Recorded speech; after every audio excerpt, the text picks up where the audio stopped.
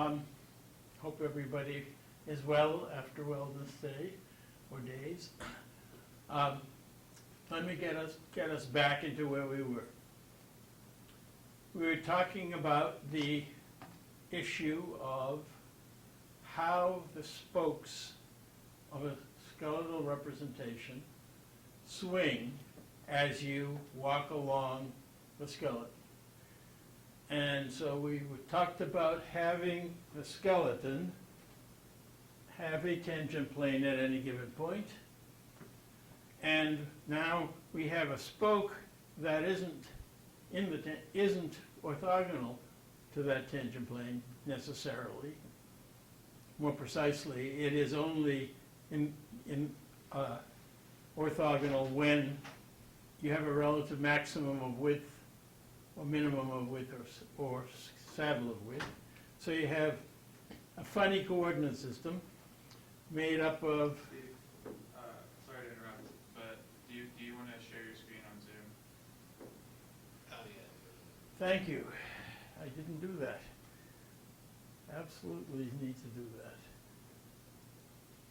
If I can get share screen. Too many.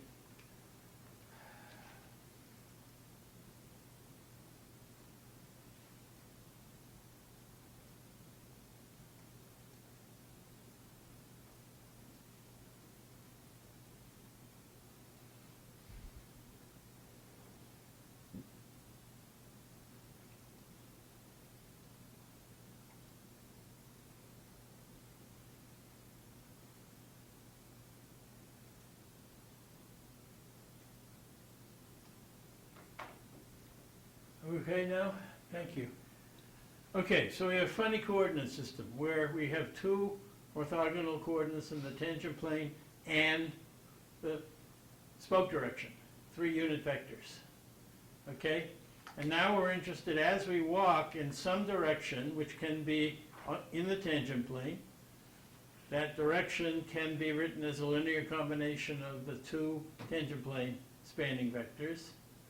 How the spoke swings when we walk in that direction. So you walk in some direction, and the spoke direction vector swings. Okay? But because the infinitesimal swing is orthogonal to that, we need the projection of that back on to these 2 vectors, but a funny projection because it's not a projection as if it were 3 orthogonal coordinates, a projection into this funny non-orthogonal coordinate system, right? The 2 spanning directions in the tangent plane and the spoke. But when you do that, you get a 2 by 2 matrix, and that Damon called the radial shape operator. And the radial shape operator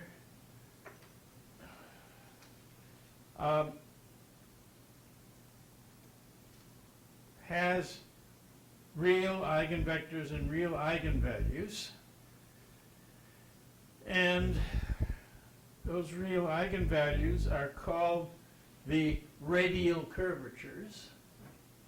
And the radial curvatures essentially are talking about how fast the spoke swings, or the projected spoke swings. No, how fast the spoke swings in projection.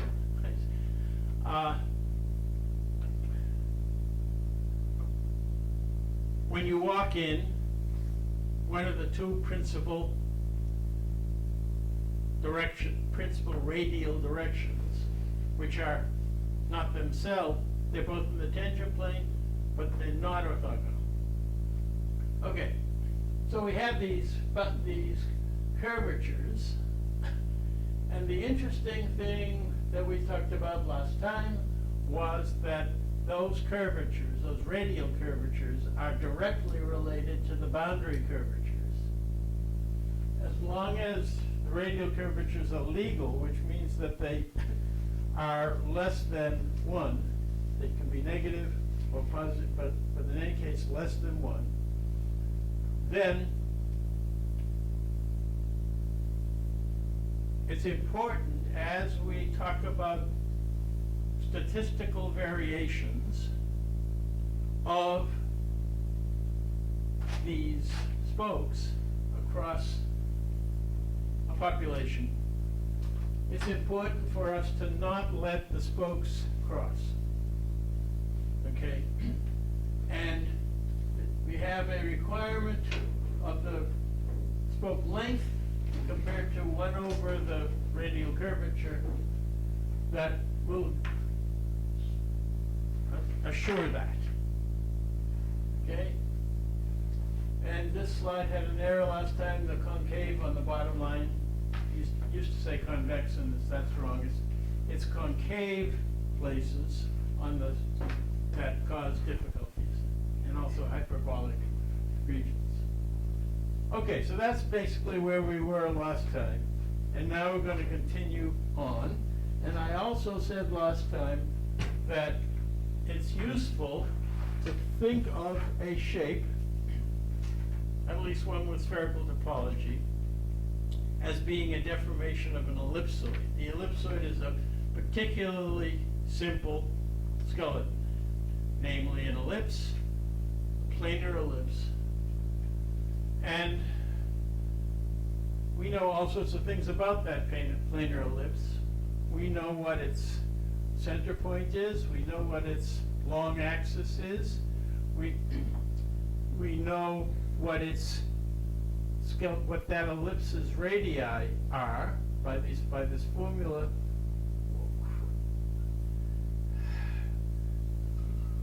Getting myself into trouble. It's this foolish hanging.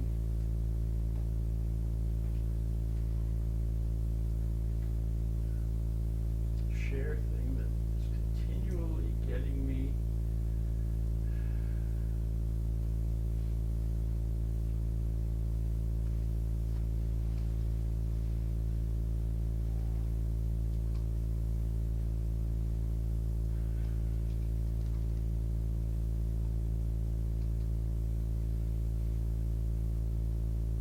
Okay, we have these formulas for the ellipse, and so we can find any place we want on the ellipse, which is the skeleton.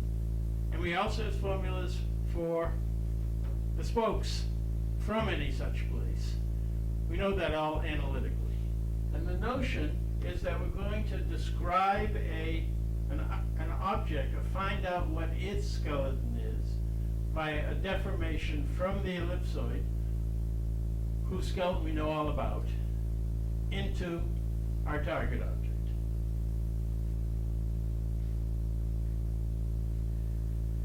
I told you last time that when we make that transformation, we want to make sure that the vertices of the ellipsoid go into the vertices of the target object. We want to make sure that the crest, which we know formulaically, of the ellipsoid, which is a scribble thing, goes into the crest on the object. So if you see here, you see the ellipsoid looked face on, so it's got depth in the screen. The long axis is vertical here, the medium axis is horizontal here, and the smallest axis is in and out of the screen, okay? And it has a crest around where the boundary of this yellow, excuse me, this yellow curve. It's got a skeleton, which is this ellipse.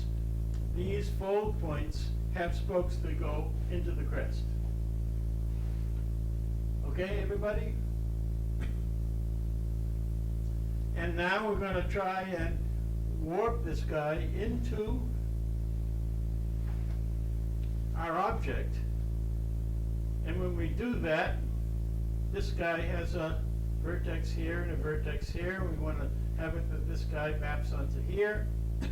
This guy maps onto here. The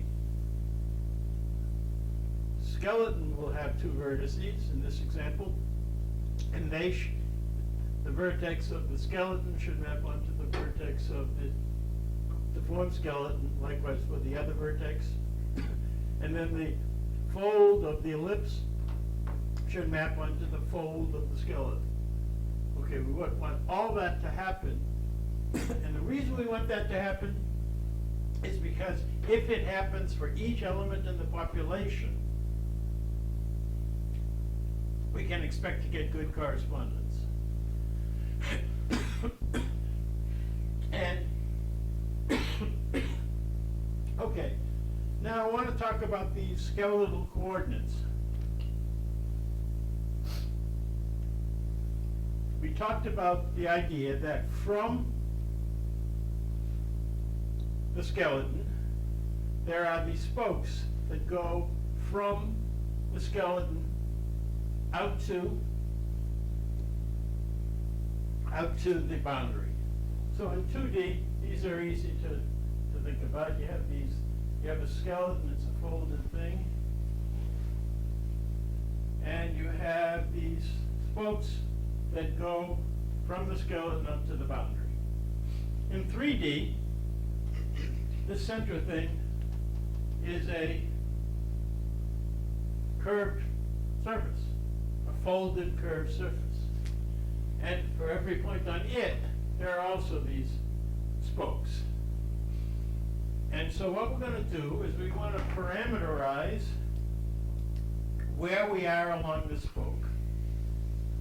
So that's maybe 60% of the way from the spoke. That's the radial distance we talked about.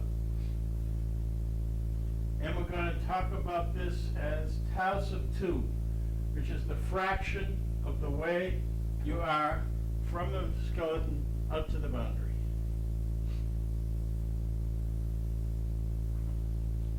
Okay. But now we have our skeleton, which comes out of the board here, and I've rotated it so we can see it face on. It's not, except it's not planar. And it has a skeleton. And that skeleton we call the spine. Okay? So if you look here,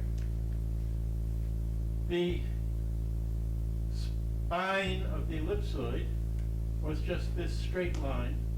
It's turned into a curved line by this diffeomorphism. But we still have a fold of the spine, like here and back. And this guy has a direction from it out to its boundary, which is the fold. Right? So we have this distance within the skeleton, and we can talk about the fraction of the way here. So maybe this is tau sub 1 equals a third. So tau sub 2 tells us how far out we are from the skeleton to the 3D object boundary. Tau sub 1 tells us how far we are from the spine, what fraction of the way we are from the spine out to the fold. And in order to, tau 2 only needs to be positive, but we have to distinguish between tau 1s that are on one side and on the other side. So this place we're going to call tau 1 equals minus a third. Okay, so it's going to be tau 1 equals 0 on the spine, tau sub 1 fraction of the way on the top side of the object, if you will, on the, sorry, I'll call it one side of the spine, and tau sub I equals negative on the other side of the spine. Okay? So now, notice that if I tell you a place on the spine, for example, this place here, and I tell you tau sub 1, then if you know these vectors, you can find your way out to that fraction of the way out. And then from there, you can talk about the spoke that comes out of there. and the fraction of it. And so, point being that we can use this theta and tau 1 and tau 2 to talk about any place in the interior of the object or on the boundary, the closure of the interior, is going to have a unique theta tau 1 tau 2. And those theta tau 1 tau 2s across a population are intended to designate correspondence. So if you have two objects in your population and you're at theta tau 1 tau 2 within object 1, and you have another object and you have the same theta tau 1 tau 2 in that object, you will get, the idea is that what you want is those two places are in correspondence. And you've arranged them to be in correspondence by making this deformation consistently holding the important geometric properties of the objects. Okay, so I said we needed a way to say where we are on the spine, and that's what the theta does. For the ellipsoid, theta starts out at theta equals 0 on the top side of the ellipse. Sorry, the top side of this skeleton of the ellipse, the top side of the spine, and it goes like thetas normally do in counterclockwise direction out to here at theta equals pi over 2, and down to here at theta equals pi, and here 3 pi over 2 are equivalently minus pi over 2. And so from minus pi over 2 to plus pi over 2 is on this side of the spine, and from pi over 2 to 3 pi over 2, it's on this side, here on this side of the spine. And so theta is going to take us around the spine, but equivalently, we have level surfaces, onion skins, of tau sub 1 within the skeleton, and onion skins of tau 2 from the skeleton out into the ellipsoid. Any questions on that? It's a little bit complicated.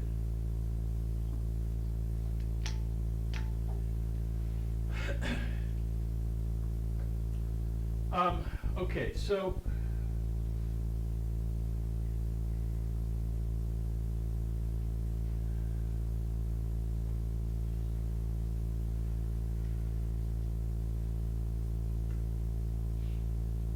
now consider an object that has had this diffeomorphism applied, and where we have made the boundary goes onto the boundary, the crest go onto the crest, and the vertices go onto the vertices. You'd like something even more from this diffeomorphism. You'd like the onion skins to go onto the corresponding onion skins. So you'd like the tau 2 onion skin to go of one of this object to go onto the tau 2 onion skin of the other. And in order to do that, you need straight spokes under the diffeomorphism. So we need spokes on the 3D object that map, the whole straight spoke maps onto the corresponding straight spokes, and that the tau 2 values are maintained. Okay, so the fraction of spoke length, if the place that's halfway along maps onto halfway along. Now you ought to be concerned, because those spokes can be straight, but what about these spokes that are in the skeleton? The skeleton is no longer straight, right? It's a curved surface. And so you have these sort of vectors that go from the spine out to the fold along a curved surface, and that's painful. It's been solved tentatively by just using the tau 2, the tau 1, excuse me, from the ellipsoid. But you will see shortly a new solution by Taheri, in which the skeleton is made by having swept plane cross-sections of the object, planes that don't intersect inside the object. So you see in the bottom the swept plane idea. In each swept plane you have a 2D cross-section of the object. Okay, so let this be the 2D cross-section, one of those 2D cross-sections. It's planar, right? So now my skeleton of it is planar. So this is the skeleton. And now I don't have a curved skeleton anymore. I have a planar section of skeleton. And thus, this problem that I've just talked about is solved here, meaning that straight spokes in the ellipsoid can still now go into straight spokes in this swept plane idea. And straight spokes from the skeleton go onto straight spokes. And so we can want to make our diffeomorphism satisfy all the things that we want, if we design it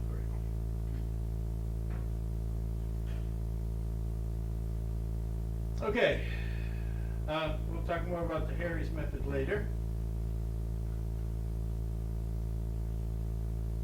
The question then is, yeah, great, but the data comes as boundaries. We have to calculate, but the skeletons are. Another way of saying that is, we have to figure out what diffeomorphism from the ellipsoid we should compute.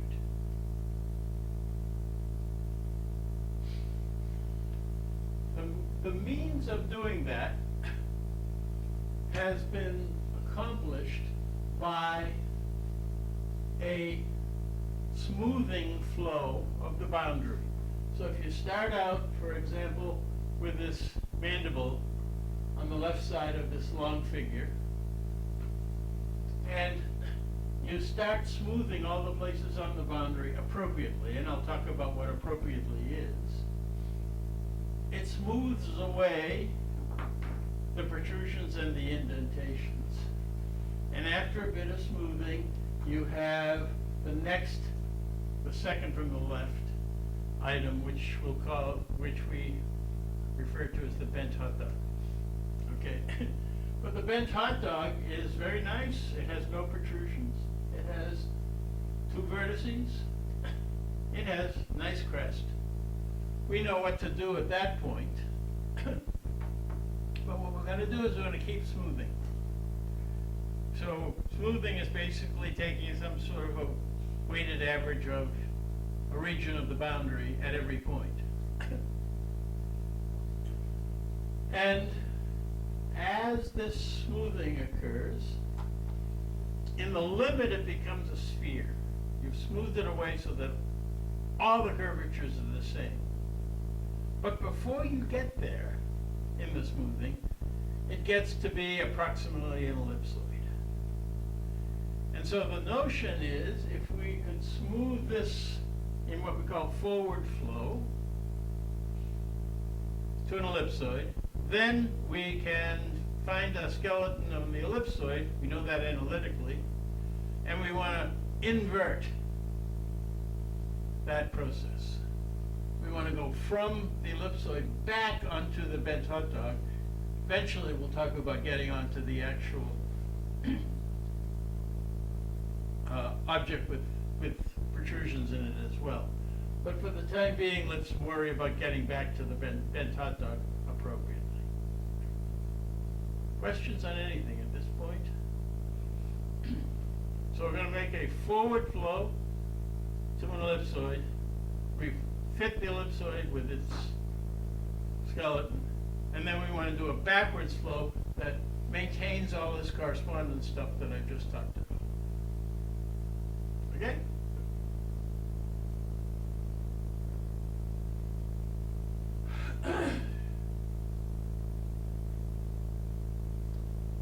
The method that was first proposed for doing this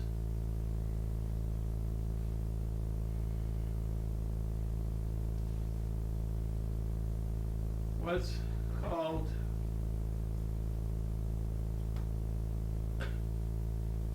mean curvature flow. So you will notice that at every point on any object, smooth object, any differentiable object, doubly differentiable, that there is this measure that we call mean curvature. It's the average of the two principal curvatures. And we're going to let that act kind of like what happens on a curve. Okay, so look at the curve in the upper right. This is something that we have as a target we want to start smoothing. At every point on that, we have a tangent direction and a normal direction, right, in 2D. Moving points along the tangent doesn't change the shape. It just changes the parameterization, right? It moves from a point on the object infinitesimally to another place on the boundary. So changing the shape needs to involve moving along the normal. And intuitively, you can see that if the point is convex and we want to smooth it, we should move it inward along the normal. And we'll call that positive curvature. And if it's concave, to smooth it, we want to move it outward. And so what we're going to do, what we do in 2D would be to have a smoothing operation that would make D, if C is the curvature value, xy's, dc by dt, where t is smoothing, as t increases, you're smoothing more and more. You want dc by dt to be kappa times the normal, where the sign of kappa determines whether you're moving inward about the normal or outward around the normal. Okay, so far? It turns out, in some sense, that's the optimal smoother, and it does eventually reach a sphere, but a circle, but on the way gets very close to an ellipse. Well, we take the same idea and replace curvature in 2D by mean curvature in 3D. The 2D surface in 3D has two principal curvatures, and we need some other, and what was suggested was the mean curvature. Now notice that a normal is a function of where you are on the boundary.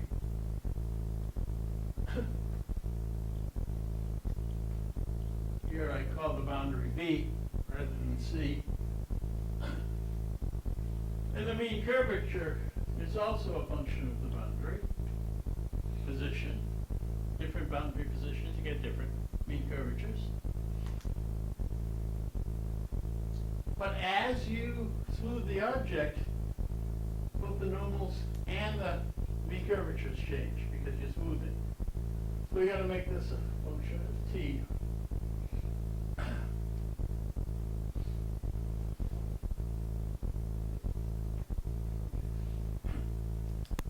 Okay, so the upshot is we can run this differential equation, and that causes smoothing. And that sounds cool. That's what people first thought of, okay? What we, in fact, first thought of. The difficulty is that it doesn't behave right at the vertices. And if you have multiple vertices, it doesn't behave right at all of those vertices. As you can see from the second diagram from the top, T is along this, from left to right. And eventually you see that the vertex of this original object on the left turns into a very, very sharp, a singular point. Okay? No good. We wanted to smooth our ellipsoid, and all of a sudden, or smooth our original object, and even apply to the ellipsoid, the vertices would not smooth at all. They'd get this ridiculous sharp place. So a clever person whose last name is Kajdan came up with a modified version of mean curvature flow. And it's called conformalized mean curvature flow because it uses the standard ideas of conformal mathematics that have to do with maintaining directions. And the method basically works by, instead of running this differential equation according to the Euclidean metric, which is what you're doing, you make a modified metric that starts out as the Euclidean metric, but changes with time. So this G sub t thing is the metric tensor that we talked about in our early mathematics discussion. And when you do it that way, it's designed so that you get the picture, the second picture from the bottom, where you don't get these singularities.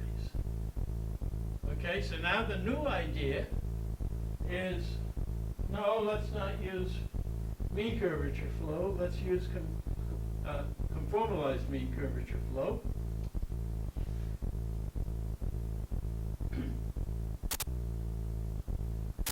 And that will take us, as this example shows, where conformalized mean curvature flow has been applied, into the bent hot dog, and then from the bent hot dog down into the ellipsoid.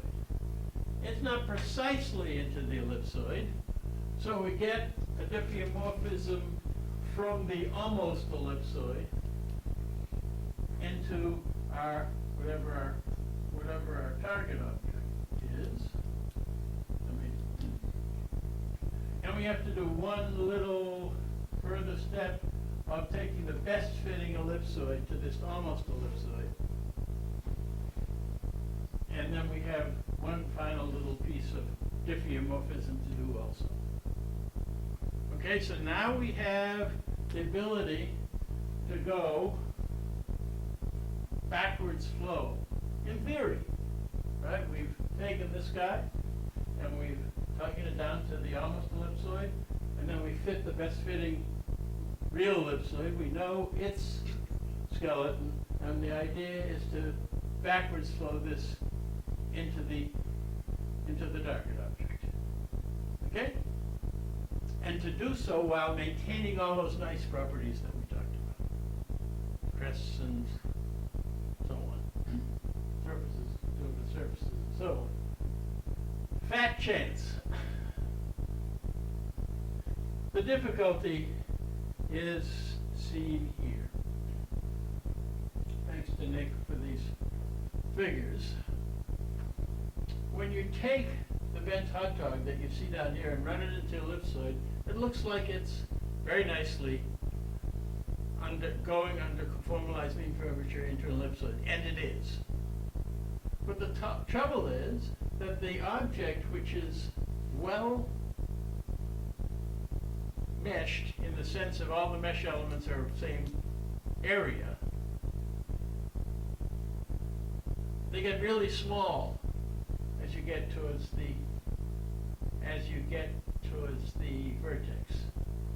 Put another way, there's a collapse of the object near the ellipsoid, near the vertex of the object, and you get these many, many, many points at the vertex, and as you get away from the vertex, you get fewer and fewer and fewer points, and they're very sparse in the middle.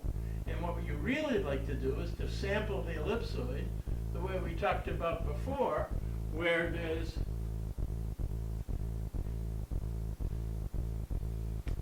like you see here on the top right figure, you'd like a sampling of the ellipsoid that is pretty regular in theta and tau 1.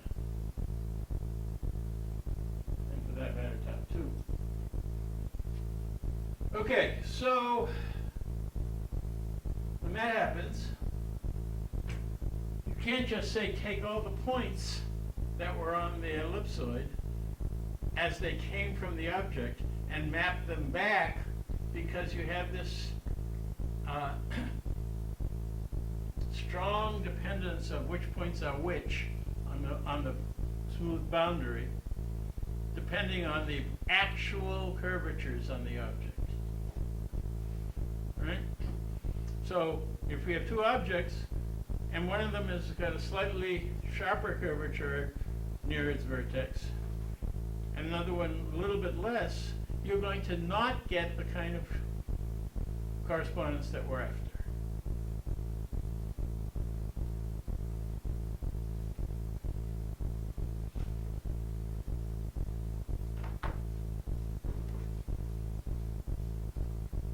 So,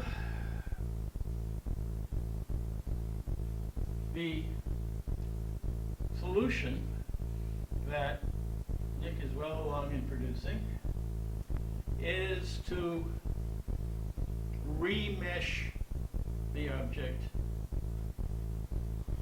at various stages of T, and then do a sequence of shape maintaining diffeos from one to the other. Right? So, what we want is we have the, well, picture up here, we have the bent ellipsoid. It's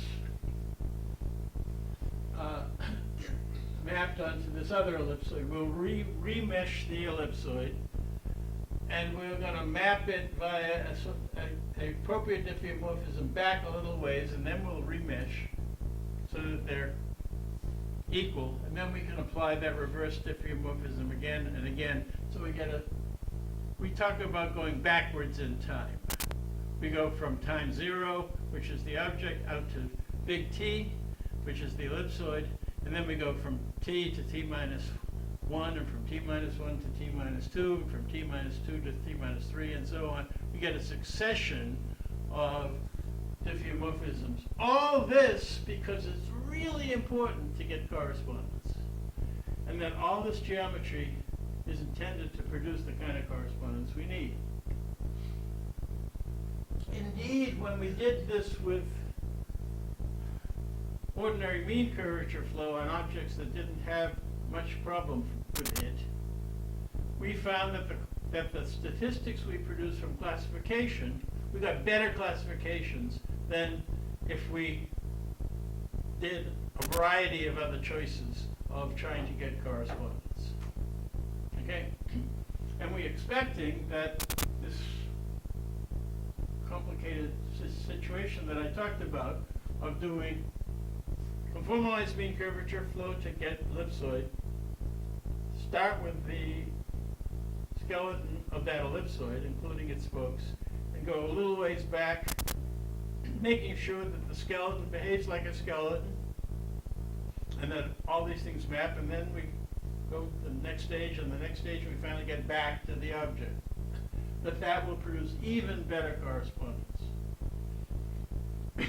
These notions of good skeletal correspondence are due most especially to Jim Damon. Unfortunately, the late Jim Damon. Okay. Well, it's better that there's more we can say about correspondence.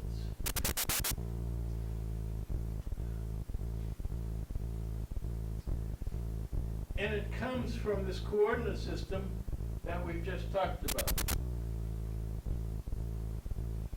So let me remind you that when we had a boundary of an object, we had fitted frames where one of the frame elements was the normal and two others were, let's say, in the principal directions in the tangent plane. And we had this really nice idea that we're going to describe the swing of the normal in the local coordinate system. Right? So here, the swing of the normal is in this coordinate system. But over here, the swing of the normal is in its local coordinate system. It's a vector. The direction into which the normal swings is a vector in the tangent plane, and we're going to represent the tangent plane by its local coordinate system. That was a very powerful method because it allows us to talk about curvatures,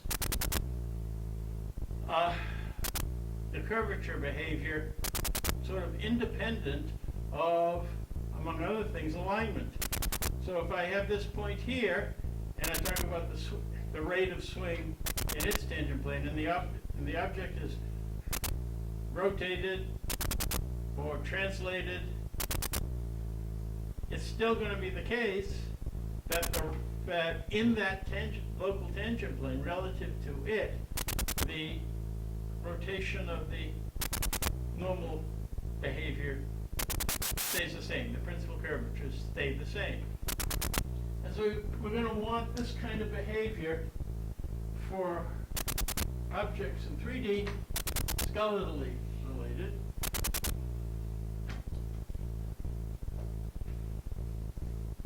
Because these frame rotations and translations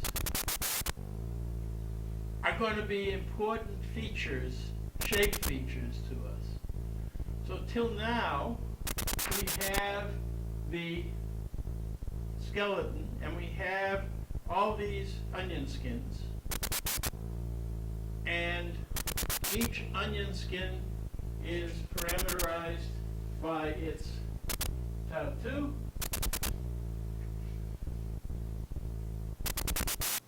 And there's a different onion skin for each tau 2 value.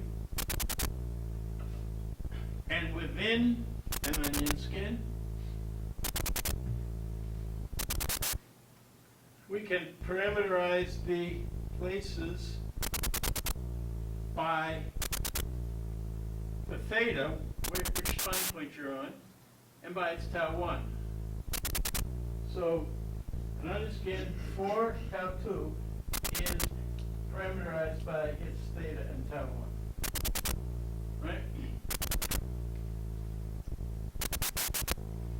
And what I'm telling you we want is an onion skin related frame. If we can do that, we'll have a frame, that is to say a local coordinate system for the skeleton. That's at tau 2 equals 0. We're going to have a frame at every point on tau 2 equals 1, which is the boundary. And we'll also have a fitted frame for every other tau 2. Right? And so, this idea of fitted frame now not for the necessarily as just for the boundary, but for the interior of the object, yields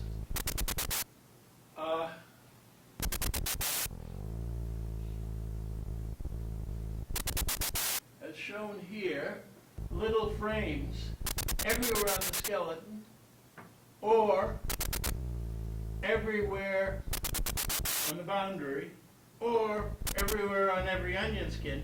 That is to say, everywhere inside the object. On the boundary, the closure, the whole interior and its closure of the boundary have a local coordinate system. And now we can talk about how the fitted frame rotates as we walk along in tau 1 or in tau 2 or in theta or in any direction, right?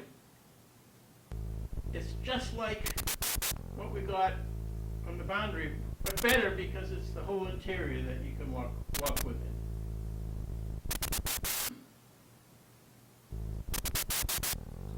And so now, if you have, for example, one place on the skeleton and another place on the skeleton, you can talk about how the fitted frame rotates from here to here. It talks about the shape, and this is a rotation not only of the normal, not only of one of the vectors in the fitted frame, but for all three of them.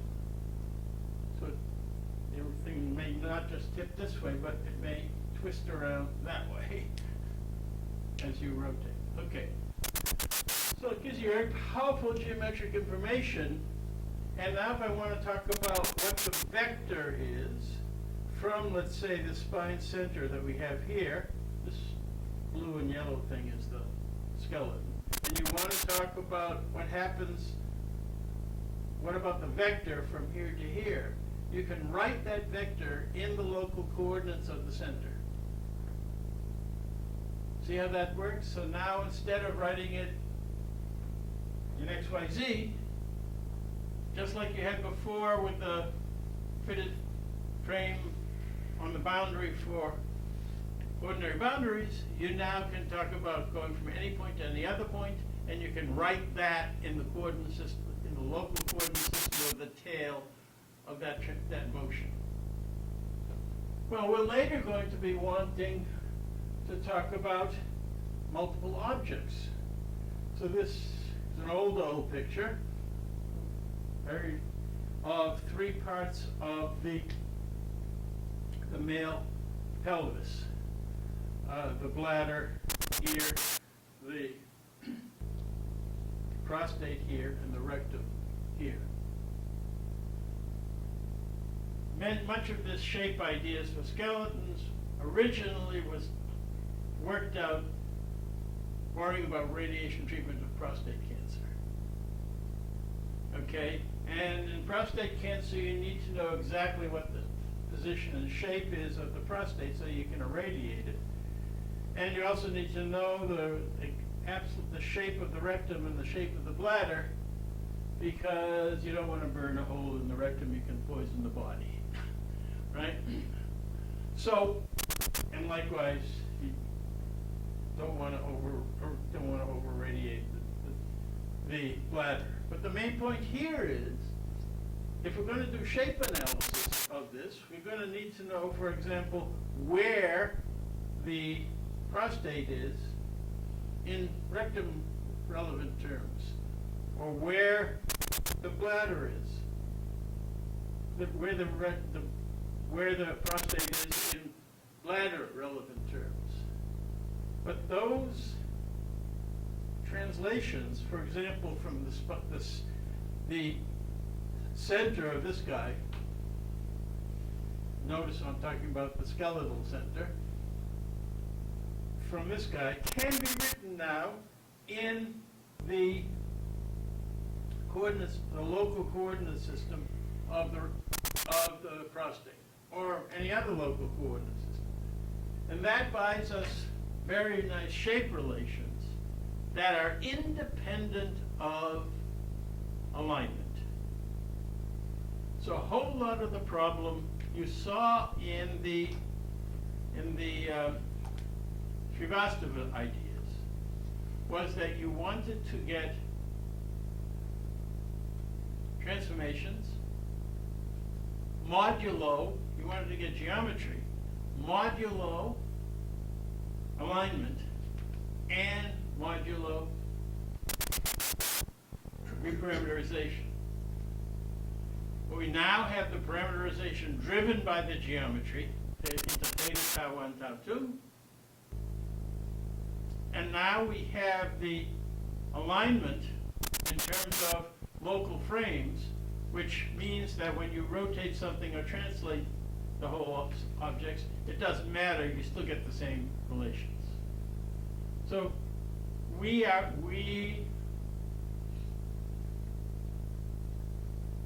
in common with Srivastava's method this notion of trying to mod out, if you will, reparameterization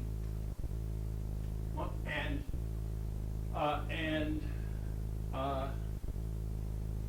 alignment. Moreover, there are serious problems if you try to do it with alignment. Because if I have, for example, an object here, which is one hippocampus, and I have another hippocampus that for some reason or other was imaged and missing its tail. How do you align those two things? If you're just using something like center of gravity, it's not going to work.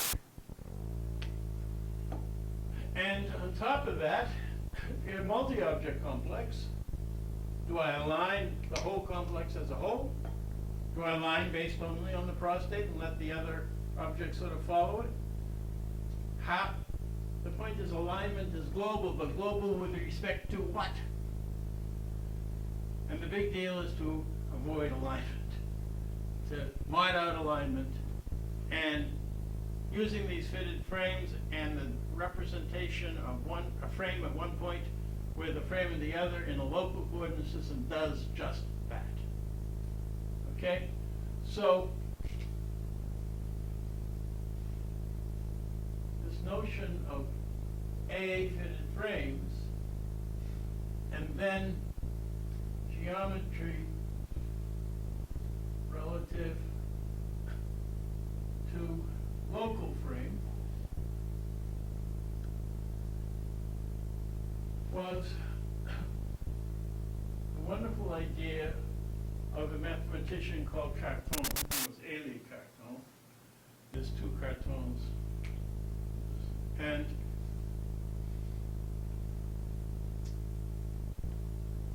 there's a page in Kundering's solid shape book that shows some of the math that Gauss produced when he invented differential geometry of surfaces. And it's this unbelievable mess. Every different symbol has 2 or 3 superscripts and 2 or 3 subscripts. Very hard to understand.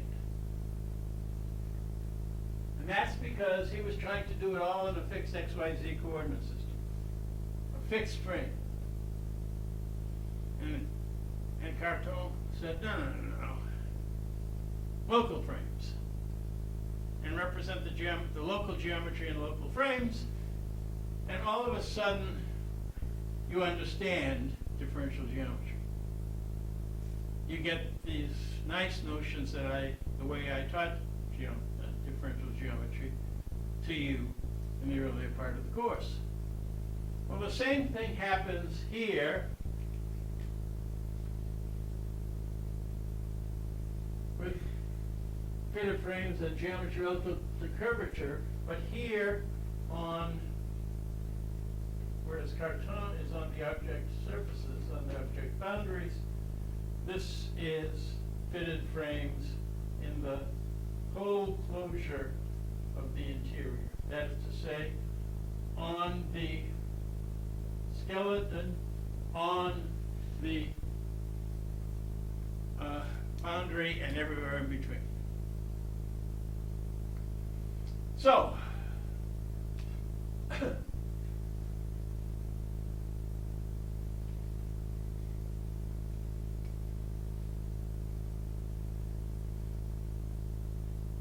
I write F double underline, meaning F1, F2, F3, where F1 is a three tuple, a unit vector of one of the frame elements, and F2 is another one, and F3 is the third frame.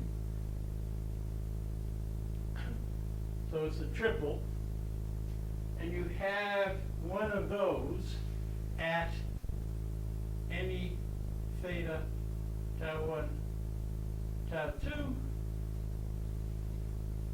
You can now talk about things like what happens when you walk from one place in the interior to another place in the interior, or along one onion skin, or what have you, with regard to the swing of this fitted frame system. And write that swing in the local frame.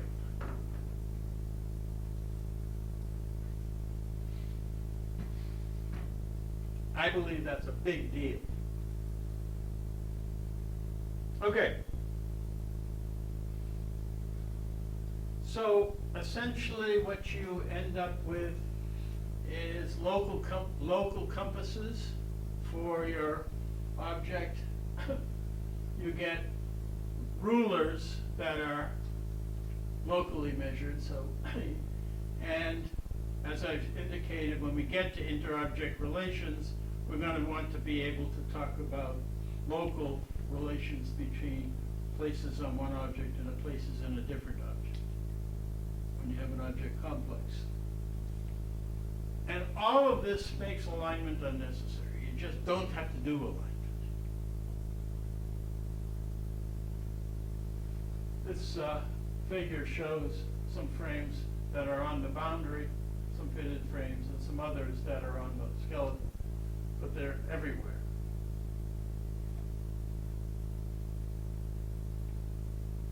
So what are these fitted frames? I've waved my hands at how important they're going to be, but what are they? And here I define them, at least for the ellipsoid. So first let's look at the ellipse in 2D. So the basic idea for the ellipse in 2D, that at any point on any onion skin you can have a tangent to the onion skin, and you can have a normal to the onion skin, and that forms a local frame. Onion skin by onion skin, if you will. Some funny things happen at the fold. I'll not get into here, but the writing about these fitted frames talks about what there's discontinuities of the frame and at the fold, and in particular as you cross the spine, you go from a frame that's here to one where the normal's on this side. I should have had the other one a different color. So if I'm on the red side of the fold, I get this frame discontinuously jumping onto the other side of the fold. And the same thing goes for the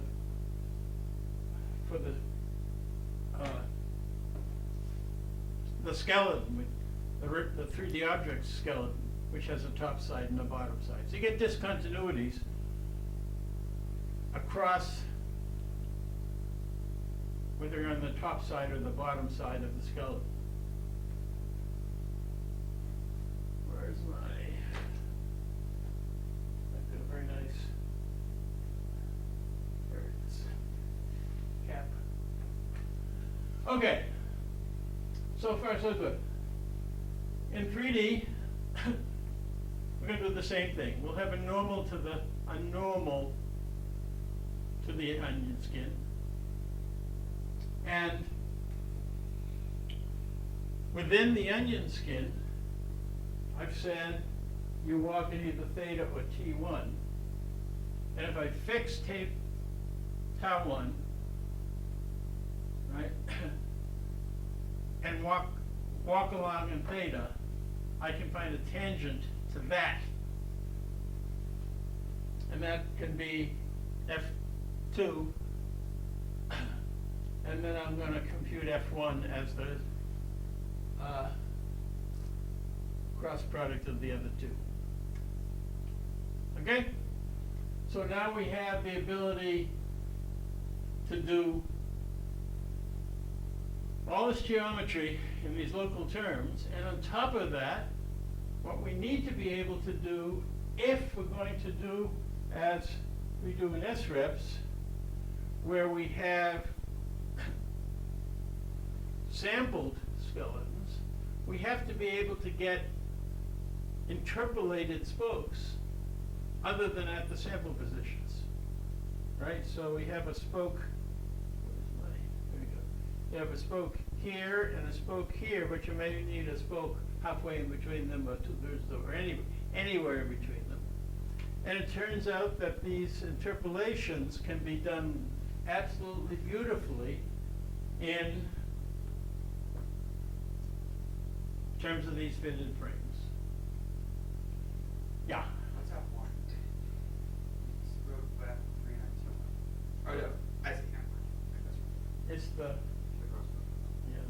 complementary. Once you have a normal and you have an F2, then you just take their cross product to get the other. Okay, so F2 is, it's as along to, on the onion skin, along a fixed. I mean, fixed. You move theta and keep tau 1 fixed. Doesn't that also mean you keep tau 2 fixed? Sorry. What? So you also keep tau, so you keep both fixed. Because the No, onion you're skin moving is along in theta.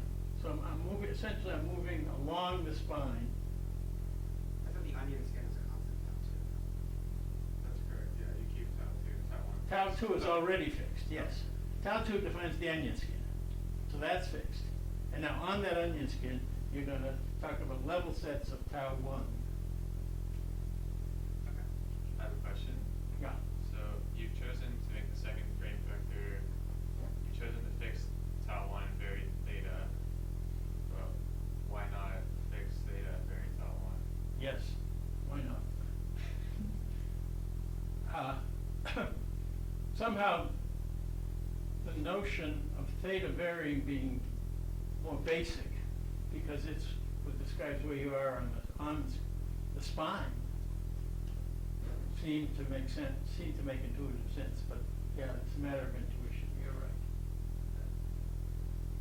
right. Okay, so now my point is that we can talk about rotations of the frame in these. We can talk about spoke interpolation, but spoke interpolation means not only U interpolation, the direction of the spoke interpolation, but also the length interpolation. But the length interpolation, I gave you an equation from before. There's a dr operator that allows you to do length interpolation in terms of things that involve the radial shape. And thus, you want to do locally in this frame system. Okay, because the swing of the spoke, or the direction of the spoke, we saw long ago, is related to the gradient of the length, the spoke length. Finally, how do you do frame interpolation?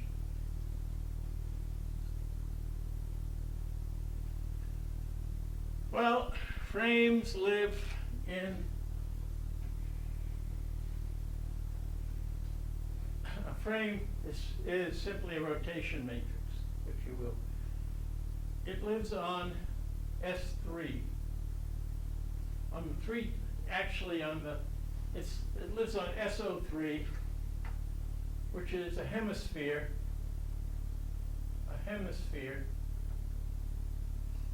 of S3, of the three-dimensional sphere. I can't draw a three-dimensional sphere. I can barely draw a two sphere, which I've done here.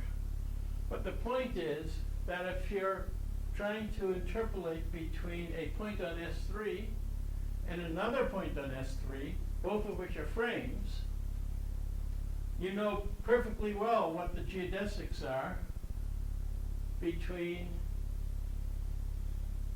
points on a sphere. And you can simply interpolate along those geodesics. Okay? And for those who are into the underlying representations, that's most easily done using quaternions. Okay, so make a long story short, we could take sampled objects, spatially sampled objects. Sorry for the double use of the word sample. I use sample both for an element of a population of objects, but also samples for the positions, sample positions within an object. You can get spatially sampled objects and interpolate them so that we have frames and distances relative to frames anywhere. In other words, the sample population yields a continuous representation. So next Thursday, Paul, and the following Tuesday, Paul Yushkovich is going to talk about his CM-RIPs. And he calls C for continuous. Continuous medial representations. Well, they're continuous in the sense that they're parameterized by splines or by some other continuous representation. But the parameters are, there's a discrete set of parameters. So they're continuous because the parameters imply the continuity. In our case, that you have discrete samples on the skeleton, but you can interpolate everywhere, and therefore you have a continuous representation also from this discrete representation. Well, let me get a better picture than that. Here we go, this guy here. So now we get a continuous, both of them have a parameterized have a representation that can be evaluated at any place in the object. There are notable advantages of each of them. I'll note in passing that our method was designed to do statistics on. Theirs wasn't, but theirs is designed to do physical transformations on, and ours wasn't. Paul's ideas are very important, and he's going to give 2 lectures on his next Thursday and the following Tuesday. And then after a break of 1 lecture, break where I'll be lecturing again for 1 lecture, we're going to start talking about statistics of shape representations. And the first, the presentation on March, it's the first class in March, is going to be done on, because shapes live on Riemannian manifolds, we're going to be concerned with how do you do statistics on Riemannian manifolds, and that's the bailiwick of Tom Fletcher. And Tom happily is at the University of Virginia, only a couple of hour drive from here. So he'll actually be physically here in class, but Paul's going to be lecturing on Zoom. Okay, we're almost done with this class. We've said we had fitted frames for the ellipsoid, but when we first thought about that, we said, okay, we have fitted frames on the ellipsoid. We apply the diffeomorphism, which gives you a mapping for all points in the closure of the interior of the ellipsoid, from the ellipsoid to the target object. All right? And what that does is it takes local unit vectors, and for example, I can talk about mapping the tau 1 ellipsoid of the ellipsoid, tau 1 onion skin of the ellipsoid into the tau 1 onion skin of the target object, or the tau 2 into the tau 2 onion skin, and so on. And I can worry about how those frames that you know analytically from the ellipsoid map into the target object. Well, one way to do that is to just look at, for example, one of the frame elements, and rotate it, and compute the other ones orthogonal to it. You get a new frame. But if you do it to each one of the frame elements separately, what happens is they don't stay orthogonal. The warp deorthogonalizes F1, F2, and F3. And not only does it deorthogonalize them, it deunitizes them. It stretches some of them and compresses other.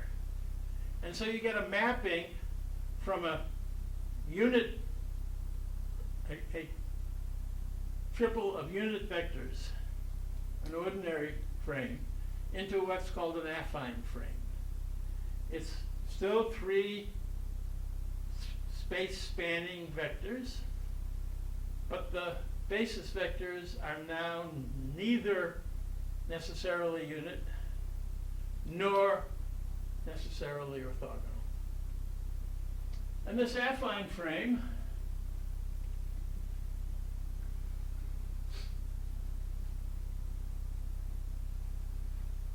carries shape information. The transformation from the ordinary orthogonal unit frames into these other, at various places, differently at different places, tells you shape information of this object. And so Zhuyan Liu noted that, and noted when he did statistics using properties of the affine frames for his classifications, he got better classifications than if he used the orthogonal frames. They're orthogonal on the ellipsoid, but they're not orthogonal. And so these angles form skeletal features.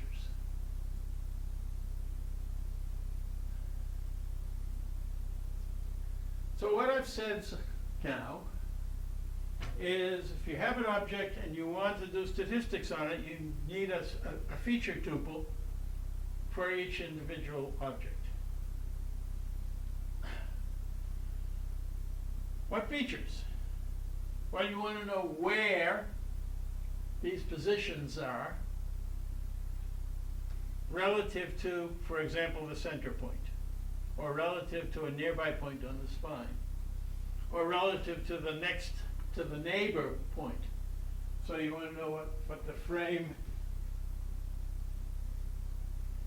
for example, on the skeleton here is in the coordinate system of the frame here. So you want positions in local terms. You want spoke lengths. Yep, that's width of the object, that's very important. They very well want these affine frame lengths. So far, all these guys can have a length coordinate. But now you have a whole bunch of directions, right? You have spoke directions, frame vector directions, affine frame vector directions. Each one of them directions in local coordinates. And those form features. Of course, if they're directions, they need to be Euclideanized if you're going to do statistics. Okay, so I'm at the end of this lecture. Where we're going to go now is everything I've been talking about so far really has been on continuous skeletal representations. And now we're going to, I need to talk about this discrete representation where we have a grid of places. And once we do that, I'm going to need to talk about how you take a discrete S-rep and to fit it into a boundary so that you get the skeletal representation from the boundary. And so that's where we're going next time, is this notion of, first of all, S-reps. Secondly, YS, because they're not medial. You'll see that. They're quasi-medial. And then what about all this math that I've been telling you about that I developed in medial terms? And the short answer is it still works, the math. And then we'll talk about fitting of S-reps to boundaries. And once we finish that, we will talk about a CNN to do all this. And then we'll talk about multi-object S-reps and multi-figure S-reps. And then we'll get to the swept plane S-reps of Tahiri. So that'll take us next lecture. And then Paul is going to be here the 2 lectures after that. Any questions? I will try to summarize what I said. I said a whole mouthful in this lecture. Next time. Until then.